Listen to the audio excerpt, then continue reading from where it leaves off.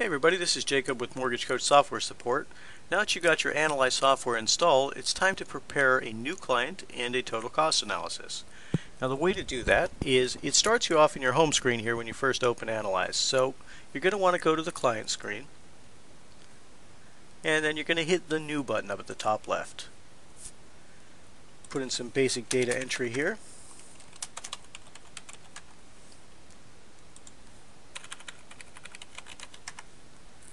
Now, very important, we're going to enter the client's address.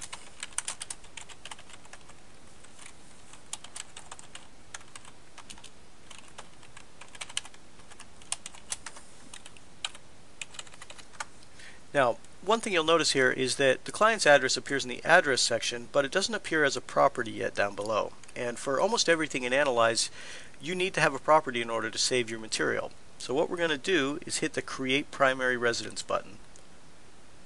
Then we're going to assign a value to this property, then hit Save and Close, and you'll see that the property now appears under your Properties tab. So the next part of this is we want to input our client's current mortgage. So we're going to click on the Mortgage tab. To add a new one, click the Add button, and a new window will populate for you. Now it's going to try and tie it to your primary residence. If you have more than one property, you can hit the drop down here and make sure it's tied to the appropriate property. Make sure you've selected a lien position here. And now for the loan details. We're going to put in our original loan amount. Let's say it was for $250. And we don't know their current loan amount yet because we don't have a mortgage statement, but that's okay. I'm going to show you how to calculate it. Let's say that they took out this loan. It was a fixed loan at 6 1/4, and they took it out 2 years ago. So we'll select a date from about 2 years back here. And our estimated balance is currently at $250, but once we tab off that start date field that we just chose, it's going to update our balance. So it now says $243.9. In order to get this balance up to the current loan amount, click on Copy to Current. You'll see that it populates everything for you. Now that we're done with that, we can go to the bottom and hit Save and Close. So now we've got our client data entry done. What we're going to want to do is make sure to hit the Save button up at the very top left. Now we can continue to our analytics screen where we're going to do our comparisons. So click on Analytics at the very top of your screen. Now this is the total cost analysis. Now first things first, top left of your screen, make sure you select a property to tie this to. As I said before, if you don't have a property to select, none of your work here is going to get saved, so make sure there's one to select from. Under Home Appreciation, I usually use 3%. I think it's pretty safe to say we're actually going to be looking at about a 5-year analysis, and at one point in our scenario it goes out as far as 15 years, so you want to stay positive with this. Usually between 1 and 4 is pretty good. Now if you are going to show the after-tax benefit, you can put in your client's tax bracket here. Now the total cost months and the mortgage plan years. Let me show you where these end up.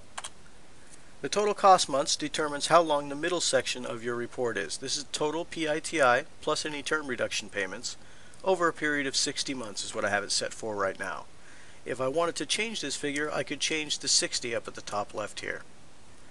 Now the mortgage plan years apply to the reinvestment strategies down at the bottom. So at the bottom right of our screen here under the accumulation and reduction section, you can see that right now we're showing 10 years and 15 years for our analyses. You can change those, of course, by simply typing over the mortgage plan years up at the top. Now that we've got the top section done, we want to input our current scenario and then start comparing it against a couple of other options. So for program 1, we want to put in their current mortgage, and since we've already done the data entry for it, all we have to do is use the Copy From button. And we'll copy from the client database. We'll copy the first trust deed that's associated with this property. This is a good shortcut. This is actually going to save you some time on data entry. You'll notice that it brought in the entire loan all the way down to the start date, our current balance, everything is already input for us. So all we need to do now is scroll down to the very bottom, and we need to input our monthly taxes and insurance. And you can do that in the form of a factor percentage or as a dollar amount, completely up to you. But we're almost done with this. So we've got our current mortgage in there. You can call it current if you'd like, or you can rename it by simply typing over it. But our next step is to move over to program 2. As you can see on the right side of our screen here, we've got the current loan. It shows all the parameters, and it shows the total cost over time. In order to move over to Program 2, click on Program 2. And what we're going to do is we're going to use the Copy From button, and this time we're going to copy from the total cost. We're going to copy the current situation. This will save us some data entry time. So what we're going to do now is let's show them a new 30-year fixed based on about the same payoff, and we'll show them what their new rates and closing costs and everything would be. So since we've copied this over, it copied it over as an existing loan. So we want to make sure and uncheck the existing loan box. Once you do that, you'll see that the loan amount actually increases because it goes back to whatever the original balance was on your current loan. So we can adjust this now to whatever we need it to be. If they have a current loan amount of $243,900, let's try with $245,000. And then we're going to put in the rate that we can get them right now. Let's say we can get them 5 3/4, and it's going to cost them $2,500 in fees. And this one, let's say it's a no points loan, so we'll enter 0 points here, and if there was prepaids, we'd put them in here. Now down at the very bottom of our screen, you'll notice that since we already did the taxes and insurance, they're already pre-populated for us since we used the Copy From feature. So we're okay there. We don't need to do anything on that. All we need to do now is go up to the very top of our scenario and rename this one, because this is no longer the current mortgage. This one's going to be a 30 fixed, 0 points. So now we've got two situations in. We've got their current mortgage, and we've got the new 30-year fixed with 0 points, showing an immediate cost savings of $82. Now Program 3. Program 3, let's show them what would happen if they did the exact same loan as Program 2, but paid an extra couple of points to lower the rate. So again, we're going to use our Copy From button. We'll copy from the total cost, and we're going to copy the 30 fixed with 0 points. Now we want to rename this because it's still called Program 3. We'll call this one 30 fixed, 2 points. Now for our data entry section here on the left, all we need to do is adjust our rate. So let's say that they can, the 2 points they're paying is going to buy it down a full point. Say we're going to bring it down to 4.75. They've got the same closing costs, but we want to make sure and account for the origination points. So we're going to put our 2 points here. Now as you can see on the right, we're now showing them a new situation with a lesser P&I payment. So we're showing a greater cost savings of $177. Now comes the part when you want to show them reinvestment strategies for this cost savings. So let's start with Program 2, and we're going to show them what they can do with this $82. We'll go back to our Program 2. We're going to go down to the accumulation and reduction section on the left. And what we're going to do is we're going to tag this for reduction, and we're going to take that $82 cost savings and put it in our term reduction. And once we tab off this field, everything calculates over. And you can see on the right side now we're showing an $82 payment going into the term reduction right here. And you can see that over time, this is actually helping quite a bit. We're looking at our current situation paying off in 28 years. With our $82 term reduction, we're paying off this new loan in 26.17 years. Now let's move over to our 2-point strategy. So we'll go to Program 3. Now in Program 3, we're saving them $177. So we want to show a reinvestment of that $177. So we're going to do the same thing. We're going to go down to the accumulation and reduction. We're going to select reduction, and we're going to put in our $177.